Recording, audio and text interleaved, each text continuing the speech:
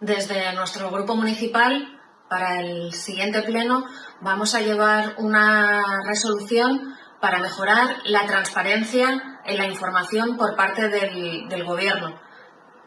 Creemos que es necesario que los grupos municipales y el resto de la ciudadanía sepan en qué situación se encuentran todos aquellos acuerdos que han sido aprobados en el pleno de nuestra ciudad.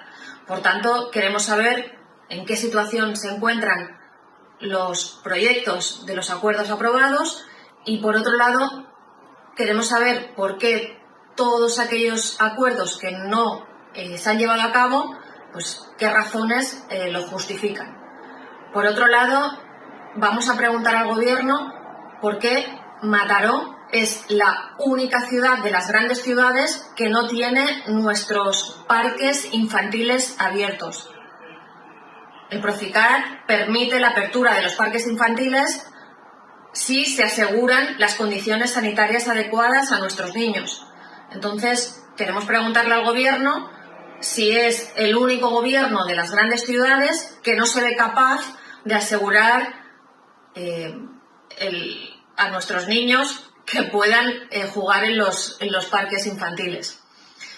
Y ya por último, vamos a presentar un ruego al Gobierno para que nuestra televisión se convierta en la televisión de todos los ciudadanos de Mataró.